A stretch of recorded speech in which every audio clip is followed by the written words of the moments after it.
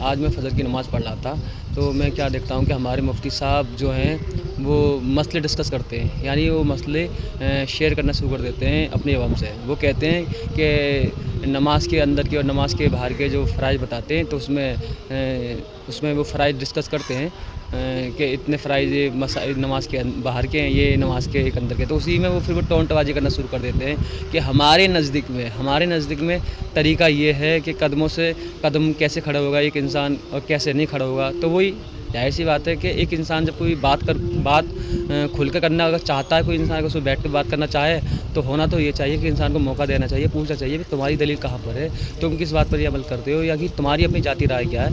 होना तो ये चाहिए, लेकिन ये नहीं होता, बल्कि इसके अगेंस्ट में बल्कि ऐसा नहीं होता, बल्कि वो अपनी आवाम को ये सेटिस्फाई करना चाहते हैं कि हम जो करते हैं वो ठीक करते हैं। तो सवाल ये, उन्होंने पहले तो पैरों पर डिस्कस करा था कि पैरों के बाजू इतना खड़े हो जाते हैं, टेढ़े करके खड़े हो जाते हैं, बाजू इतना खोल लेते हैं। तो उन्होंने अपनी दलील में पता क्या रखा, उन्होंने रखा कि 4 उंगल का फासला होना चाहिए कदम के बीच में, और किबले की रुख सीधे खड़े होना चाहिए पैरों को, ये फ़र्ज़ है।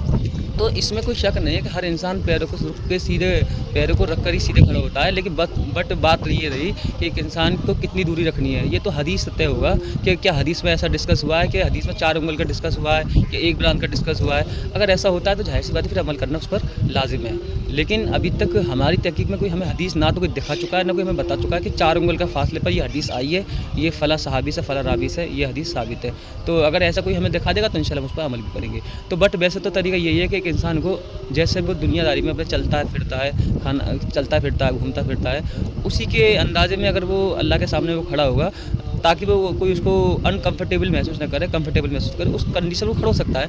किसी इंसान की कदम की चाल माना कि थोड़ा ज़्यादा है और वो थोड़ा पैर खोल कर दुनिया में भी चलता है, तो ज़ाहिर सी बात है वो अगर अल्लाह के सामने ऐसे वो 4 उंगल पे खड़ा हो जाएगा, तो वो नमाज़ पढ़ने में वो अपने आप को अनकम्फर्टेबल महसूस करेगा, वो सोचेगा कि शायद नहीं। लेकिन इस पर फिर भी वही वाली बात है, दलील होना ज़रूरी है। जिसके पास में अगर कोई दलील है 4 उंगल पे, तो 4 उंगल पे खड़ा होना सुन्नत है, अगर है दलील तो। अगर दलील नहीं है तो फिर इस पर तो ज़ाहिर सी बात है ऐसा कुछ नहीं है कि एक इंसान बेदलील कोई बात कहते और वो बात मानी जाएगी।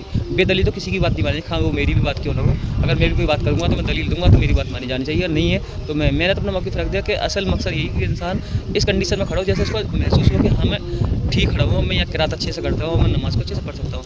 बट बात ये है कि कुछ कदम को ज़्यादा खुल लेते हैं, तो हो सकता है कदम ज़्यादा खुल जाते हो, लेकिन इसमें दलील की ज़रूरत है। कोई इंसान का ये दावा करना चाहता है हमारी दलील मौजूद है कि हम 4 उंगल पर खड़े हो सकते हैं, नमाज़ की हालत में 4 उंगल पर खड़ा होना पड़ेगा और इस तरीके से खड़ा होना पड़ेगा, तो उसमें दलील आनी पड़ेगी। तो लेकिन दूसरे पे फतवा नहीं लगा सकते आप। तो दूसरी बात ये, अब उन्होंने फिर हमारे मुफ्ती साहब ने फिर मसला एक और डिस्कस कर दिया कि नमाज के अंदर के अब ये कुछ लोग कुछ लोग नियत ऐसे बांधते हैं, कुछ ऐसे बांधते हैं, कुछ वो बांधते हैं। हमारी दलील ये है, यानी हमारे नज़दीक में सुन्नत ये है कि पौंची को पौंची से पकड़ना, इतने हिस्से से पकड़ना और उसको नाफ के नीचे रखना, ये सुन्नत है। अफसोस की बात है कि जब हमारे बड़ों का ये हाल है, जो मुफ्ती साहब फरमा रहे हैं कि हमारे नज़दीक में हमारी सुन्नत ये है, तो पहले तो ये बताएंगे हदीस रिवायत किसने की है, उसके बाद में फिर ये बताएं इसका रावी कैसा है, फिर इसके बाद में ये बताएं कि इस रावी में क्या कोई ज़रा तो नहीं है। तो सवाल तो यही है। अब ऐसा नहीं है कि अब ये क्या होता है कि जो हमारे बड़े हैं ये सोचते हैं कि हमारे पास में जो दलील है वो हमारी ठीक है, दूसरे का कोई अगर नियत बांधे बैठा है तो वो कोई हवा में बांधे बैठा है, उसके पास में कोई दलील है ही नहीं है। इमाम अबू दाऊद जो हदीस लेकर आए 758 पर, उस पर हज़रत अबू हुरैरा से रिवायत है, उसमें पौंची को पौंची से पकड़ना, नाफ के नीचे रखना, ये सुन्नत है। इसमें 4 इमामों में से जो ये कहते हैं ना 4 इमाम बरक हैं, उसमें एक इमाम है इमाम अहमद बिन हम्बल कहते हैं, इसको इमाम अबू दाऊद ने रिवायत करा कि इमाम अहमद बिन हम्बल कहते हैं कि मज़कूरा के एक रावी है इसमें, अब्दुर्रहमान बिन इसहाक़, वो रावी ज़ईफ़ है। कौन कह रहे हैं? 4 इमामों में से एक इमाम कि वो रावी ज़ईफ़ है। और जो रिवायत अगर हम बता रहे हैं कि 740 नंबर की हदीस है, अल्लाह के तो दाएं हाथ बाएं ज़रा पर रखते, तो वो रिवायत बुखारी शरीफ में आई है। उस रिवायत में ज़रा के अल्फाज हैं, ज़रा किसे कहते हैं, तो इसको आए थोड़ा निसाई शरीफ वाले से पूछ लेते हैं। इस सुनन निसाई के अंदर आप चले जाएं, 890 नंबर हदीस है कि नबी इस्लाम अपना दायां हाथ बाएं रुस्क और साद के ऊपर रखा करते थे, ठीक है।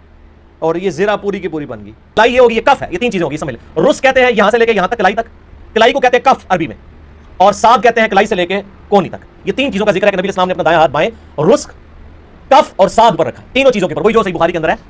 दायां हाथ बाएं ज़रा पर रखते हैं, तो वो दायां हाथ बाएं ज़रा पर रखने वाले जहाँ तक आ जाएंगे वहाँ तक बांध ले। अगर किसी के इंसान के वो नाफ के नीचे तक आ जाएं तो नाफ के नीचे रख लें, क्योंकि असल मकसद है दायां हाथ बाएं ज़रा का मतलब है कोहनियों तक हाथ आना, और उसमें ज़रा के अल्फाज हैं। इस हदीस पर अगर हमने अमल भी कर लिया तो अभी तो हमने ये आधी ज़रा या थोड़ा आधे से ज़्यादा ज़रा पे हमने अमल कर लिया मान लो, तो वो हदीस तो वैसे भी ज़ईफ़ है।